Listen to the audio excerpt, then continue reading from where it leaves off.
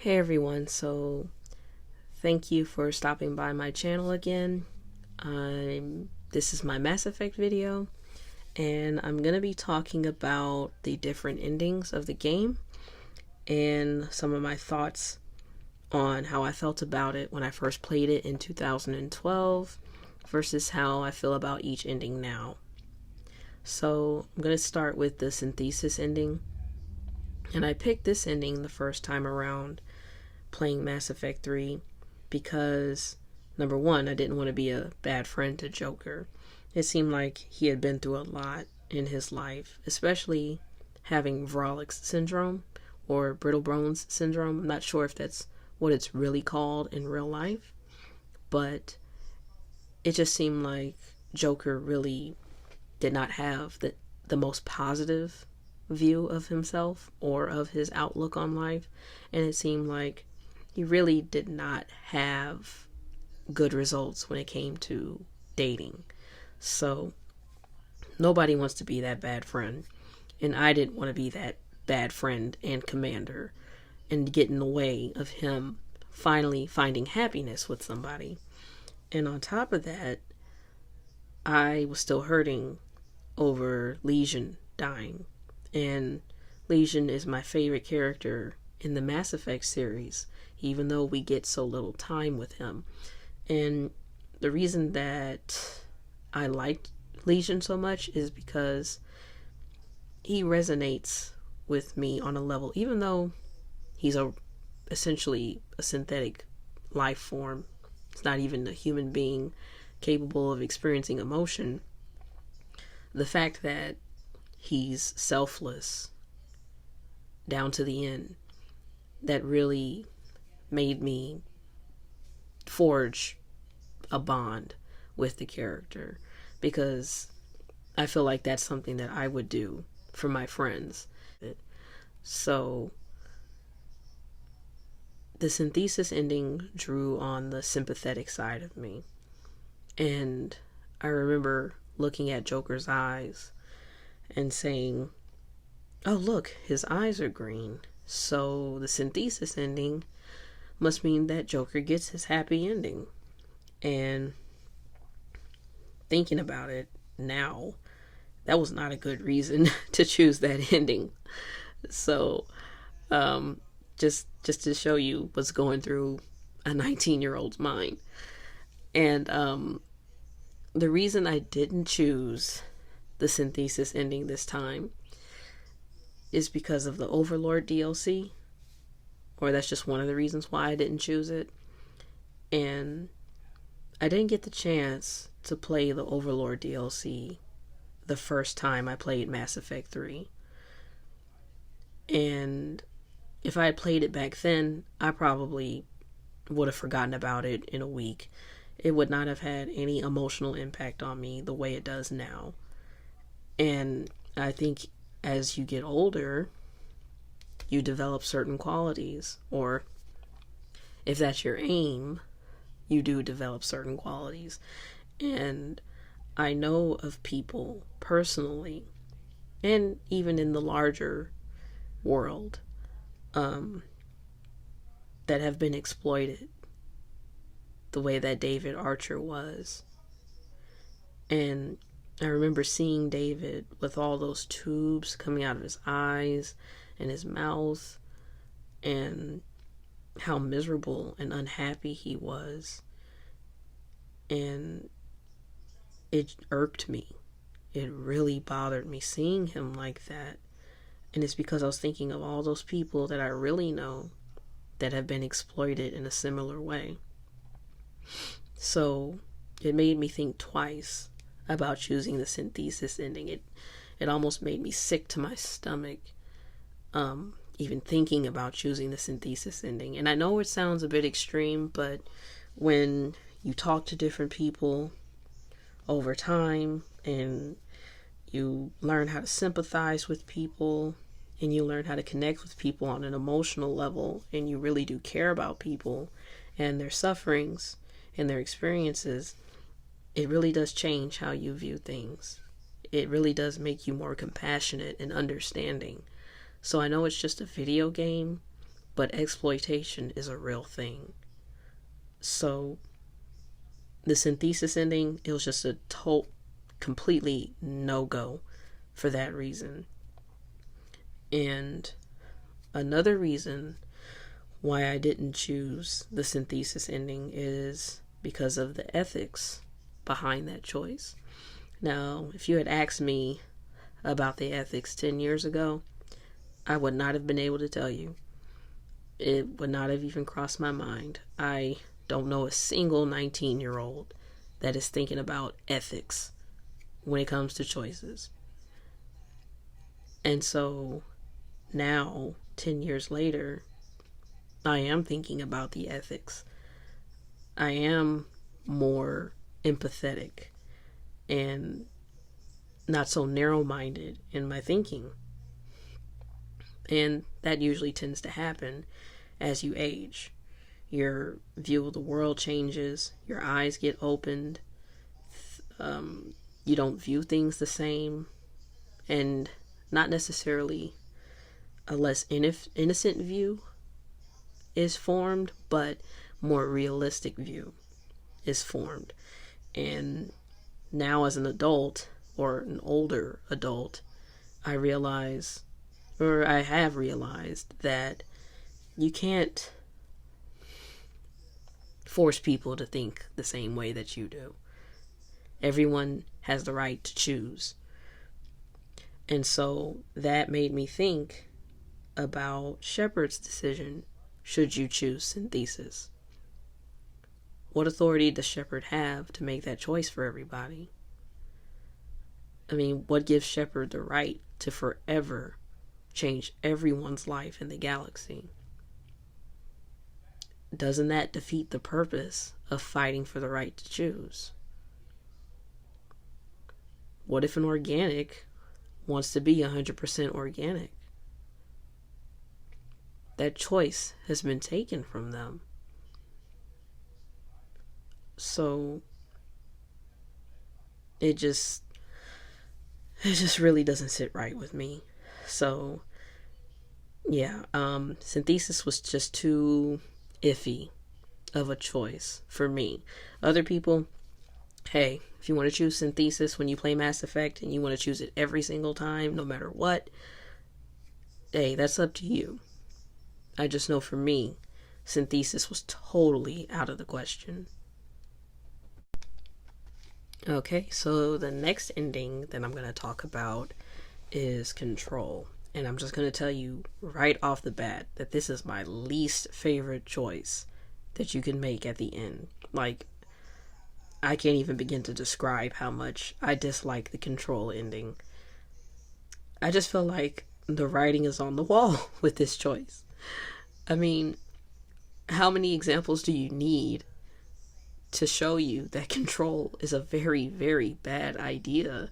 I mean, you have Matriarch Benezia, you have Saren, you have the Cerberus scientist on the derelict Reaper, and you ultimately have the Elusive Man. They either ended up a husk, too far gone to be redeemed, or dead, or all three of those things happened. So I feel like that is pretty self-explanatory as to why Control is not a good idea. And just going back to the Elusive Man, he had very foolish reasoning. He had seen what happened when a person tried to control the Reapers or try to be around the Reapers and not feel their influence. And he paid for that mistake with his life. I mean, at the end of the third game, he was already turning into a husk. He was just going to be another faceless husk for the Reapers to use. And he really thought that he was going to be able to control them. So, my thinking about this ending between 10 years ago and now hasn't really changed. Even back then, I remember Control being my least favorite choice. Like, I skipped over that choice every single time. And it's because back then, even I knew, like, not a good idea.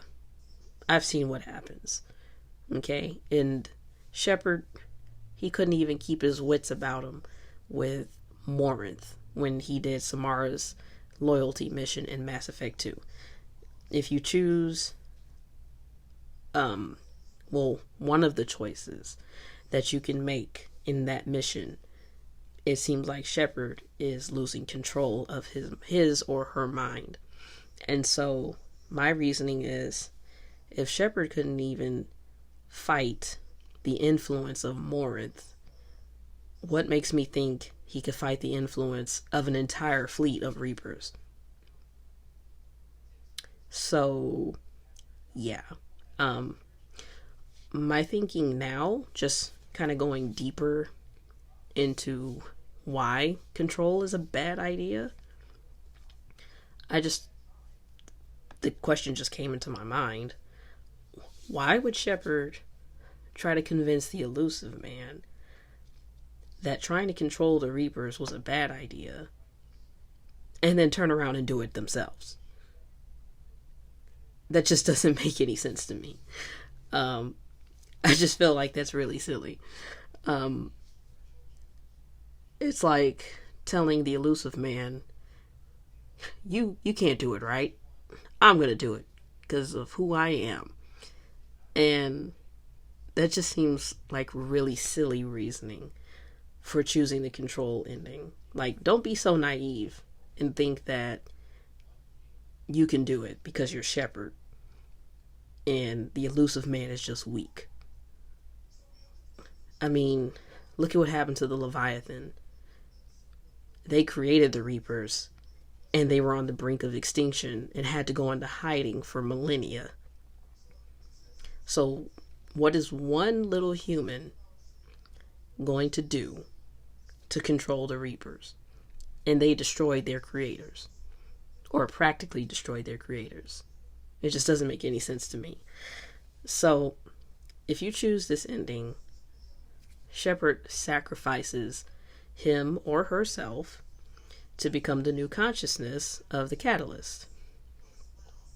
And this seems like a good idea because Shepard is benevolent. So, me now, I'm thinking, what if Shepard's bodiless conscious becomes less human after centuries of no longer being human? What if not having fingers and a heartbeat and blood and a brain and feet and skin, taste buds, dreaming, what if all of that just becomes a very, very distant memory? So what makes Shepard's consciousness human no longer exists? Who's to say that the Reaper code won't, quote unquote, autocorrect and go back to its original programming after so many cycles or so many centuries? We can't say that it won't happen, because it can. What if the Reapers remember that they were defeated by Shepard and how they were defeated by Shepard? So what if they ensure that another Shepard-like being does not come into existence? They just become more efficient at finishing cycles because they now have absorbed Shepard's consciousness. So it just makes it easier for them to know their enemy. And I know that these two games are not in the same universe, but this decision reminded me of Cyberpunk 2077. And there's a character in that game named Lizzo. And she's 100% chrome. Like, seeing her for the very first time in the game, in her hotel room, it freaked me out. Because here's this person that is 100% gold chrome.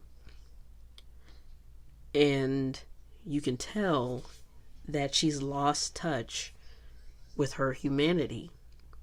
And it's because she had all of her parts that made her human be removed, except maybe her hair. So she actually ends up becoming psychopathic and unfeeling, and she does something really, really bad with no remorse. And eventually your character cannot get in touch with her anymore. You can't reason with her.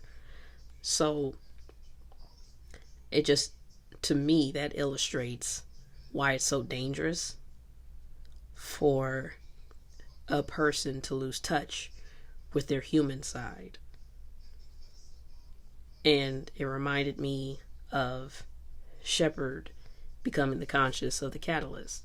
So it's not exactly the same as that situation, but that is what could become of Shepard's consciousness. It just gets lost over time.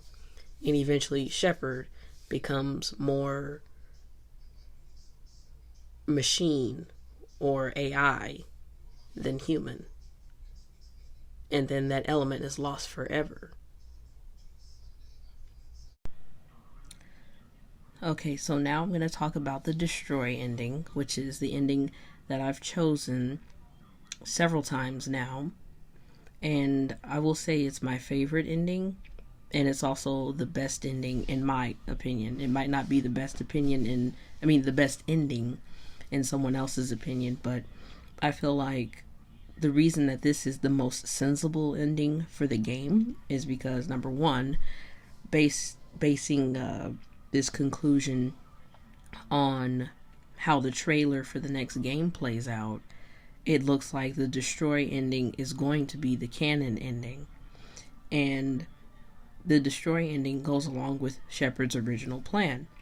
When Shepard first speaks to Sovereign, Shepard tells Sovereign that machines can be broken. And Shepard wouldn't say something like that unless Shepard was absolutely certain that that was the best course of action. He could determine by the Reaper's actions and the things that the Reaper said that basically it boils down to it's us or them. And Shepard took that into consideration, and since we know that Shepard is tries to be a fair and balanced person, unless you play like a sociopath in your playthrough of the game, Shepard tries to be balanced in how he or she handles certain situations. Sometimes Shepard's decisions are black and white, and sometimes there's shades of gray. But when it comes to the Reapers, it seems like it's black and white. Like, you either allow the Reapers to live and they wipe out everyone in the galaxy, or you do all you need to do to make sure that another cycle does not pass with them wiping out all life or most life in the galaxy. So throughout the series, the Reapers constantly state their purpose, that organic's fate is inevitable. Like, they cannot escape their future of being harvested and wiped out for younger species to have their chance in the galaxy. So while this may seem like the functions of a machine, it also borders on them having selfish motives behind these harvests, because when they absorb other species, they take what would best improve themselves and cast organics aside. And that's a really interesting thing that a machine does. But if you think about it, Reapers are not 100% machine. They themselves are hybrids. They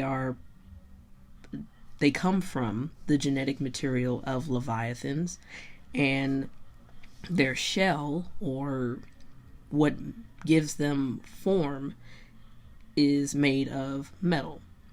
So it's not surprising that within their functions or their coding, there's not a little bit of some organic feelings or emotions.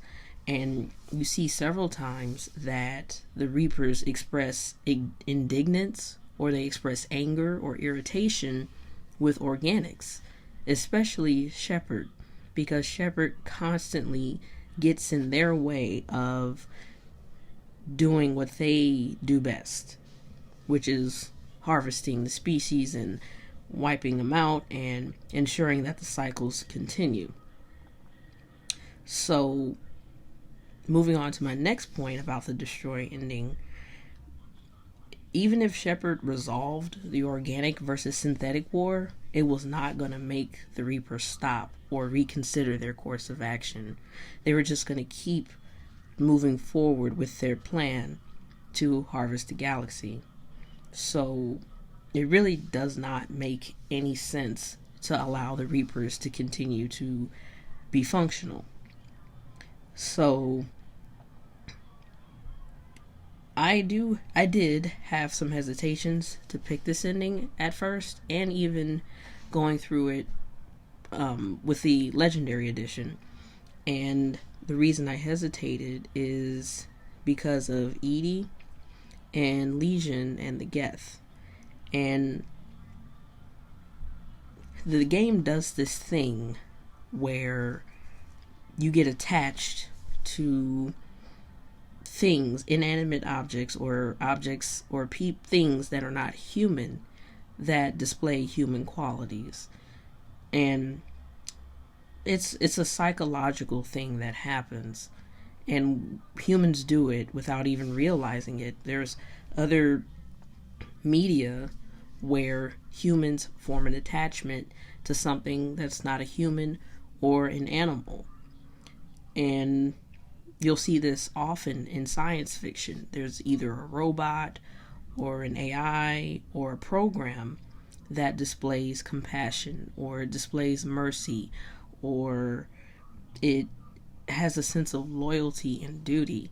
And those are all things that appeal to human beings, those noble qualities.